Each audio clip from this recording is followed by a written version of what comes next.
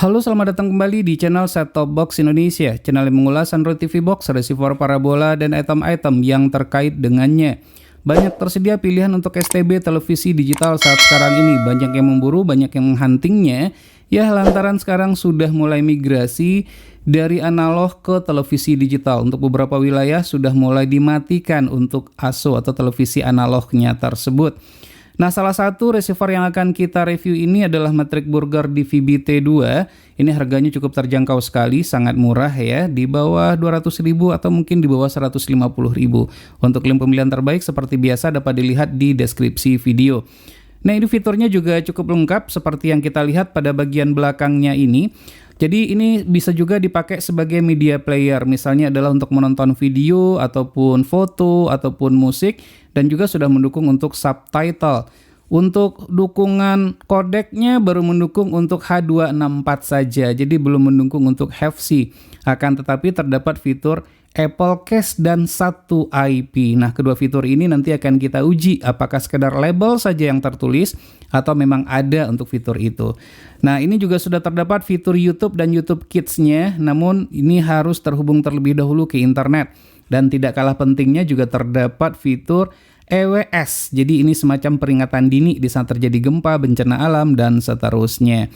Dari segi kelengkapan yang kita dapatkan dalam paket penjualan seperti yang terlihat, kita mendapatkan buku petunjuk dan sekaligus ini juga berfungsi sebagai kartu garansi.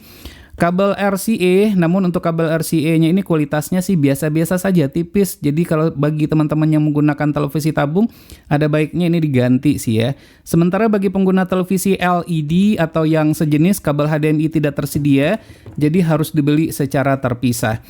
Kemudian untuk baterai, kita sudah mendapatkan dua buah baterai langsung yang AAA. Nah, ini adalah posisi tempat baterainya. Kemudian terkait dengan remote control, jika dipegang ini sangat rigid sekali, sangat nyaman. Namun dari segi quality build up, ya sesuai dengan harga. Jadi saya tidak mau mengomentari lebih jauh. Tombol-tombol cukup empuk dengan harga segini, tidak ada masalah sama sekali. Tidak bisa digunakan sebagai pengganti remote televisi karena tidak terdapat fitur infrared learning function. Jadi kalau seandainya ingin menjadikan satu remote control untuk TV dan STB-nya, banyak pilihannya. Dan itu juga bisa dilihat di bagian atau di link yang terdapat di pojok kanan atas video ini. Sudah pernah kita review juga. Dan ini adalah STB-nya, Matrix Burger tersebut. Di bagian depan ini terdapat satu buah port USB. Tombol-tombol juga sudah cukup lengkap tanpa menggunakan remote control pun. Pengoperasiannya sudah bisa dengan menggunakan STB-nya secara langsung, akan tetapi tidak praktis saja. Ada tombol OK, tombol panah kiri kanan, tombol menu juga sudah ada, tombol panah atas bawah juga ada, termasuk tombol powernya. Nah, di sini terdapat tulisan EWS ya. Kemudian untuk ventilasi udara terdapat pada bagian sisi bagian atas, kemudian bagian kanan ya. Dan di bagian kiri juga ada, termasuk pada posisi bagian bawah. Casing terbuat dari, nah bisa didengarin ya, ini terbuat dari besi, jadi kokoh. Nah, pada bagian belakangnya terdapat untuk antena in yang terhubung langsung ke antena UHF kita.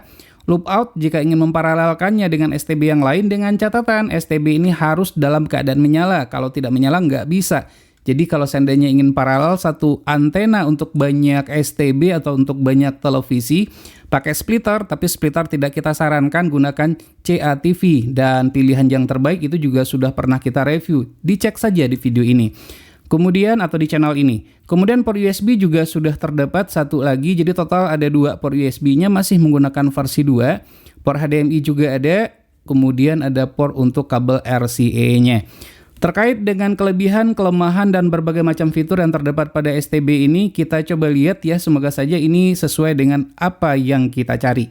Dengan RAM sebesar 500 MB dan internal storage sebesar 4 MB, proses booting cukup cepat, tidak perlu menunggu lama. Terdapat tulisan Matrix Burger dengan komposisi warna yang menarik pada proses booting ini. Tampilan grafik user interface hampir sama seperti STB Matrix lainnya.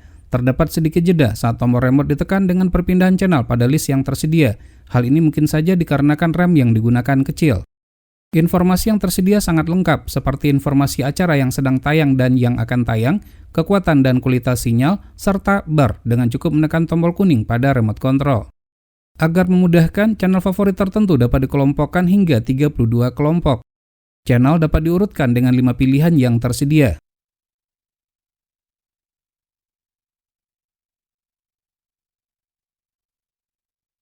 termasuk dapat disusun sesuai dengan urutan yang kita inginkan. Gara-gara jatuh cinta sama uang. Perpindahan channel lancar dengan dua pilihan yang tersedia, yaitu Black dan Freeze. Sekali lagi, bagi pengguna televisi tabung, STB ini sangat cocok sekali dengan pilihan resolusi 576p. Sementara bagi pengguna televisi LED atau di atasnya, dapat memilih resolusi maksimal yaitu 1080p Full HD. Jika tersedia, EPG memudahkan untuk melihat susunan acara termasuk sinopsis tayangan yang akan ditonton, tersedia maksimal untuk 7 hari ke depan. Tuner yang digunakan cukup peka, dapat melock semua MUX yang sudah aktif, termasuk MUX dengan kategori sinyal lemah. Proses scanning butuhkan waktu hampir sama saja dengan STB TV digital lainnya. Sudah dilengkapi dengan fitur EWS sebagai peringatan dini seperti banjir, gempa, dan bencana alam lainnya. Dengan fitur record dan time shift, maka kita dapat merekam tayangan favorit dan mempause tayangan tersebut untuk sementara waktu. Jangan lupa untuk memasang flash disk ataupun hard disk terlebih dahulu melalui USB port yang sudah tersedia. Sekarang kita masuk ke tampilan menu dan akan kita bahas satu persatu untuk fitur-fitur pentingnya saja. Untuk memudahkan, bahasa yang dipilih adalah bahasa Indonesia.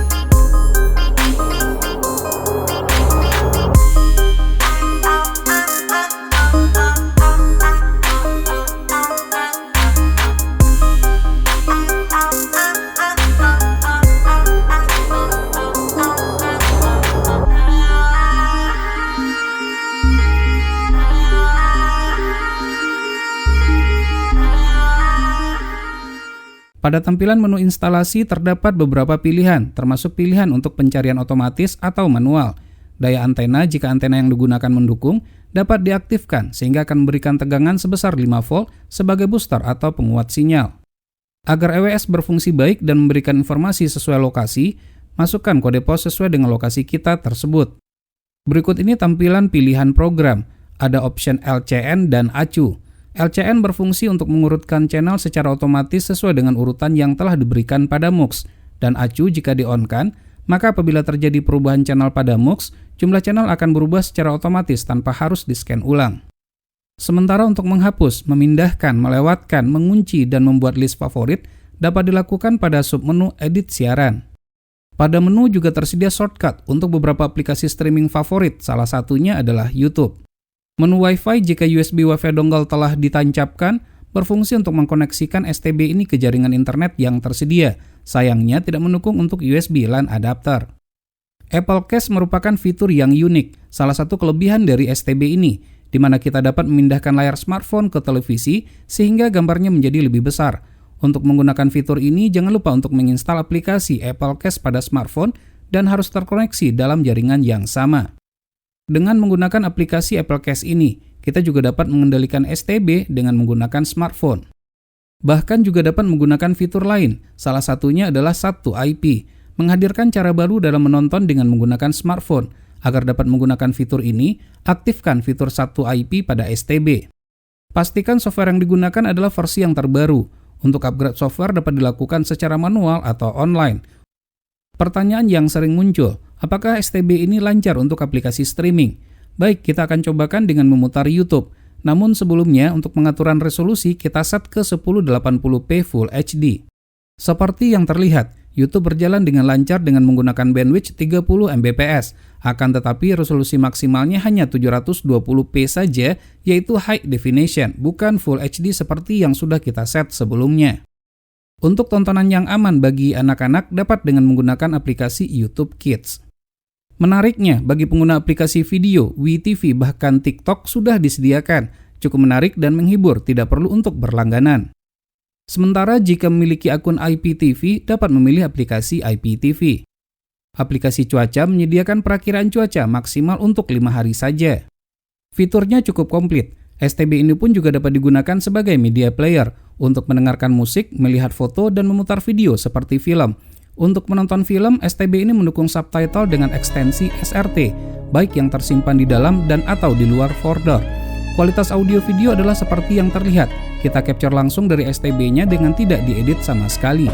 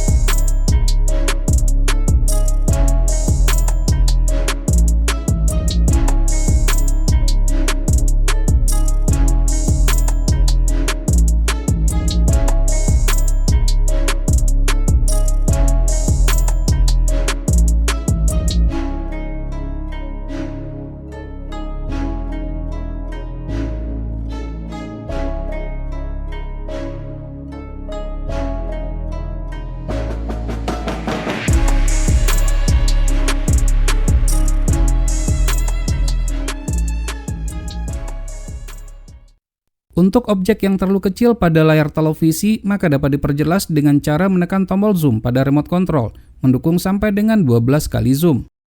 Sekarang kita masuk kepada kesimpulan. Murah ternyata tidak murahan, streaming lancar, tuner sensitif dengan sudah tertanam fitur Apple Case, dukungan 1 IP, dan mendukung USB Wi-Fi dongle. Tidak terdapat fitur infrared learning function, serta jeda saat remote ditekan. Dengan harga saat sekarang, ini dapat dijadikan sebagai salah satu referensi STB TV digital. Baik, demikianlah video review ini. Semoga saja bermanfaat. Jika suka, silakan tekan tombol like. Jika tidak, silakan berikan komentar yang membangun.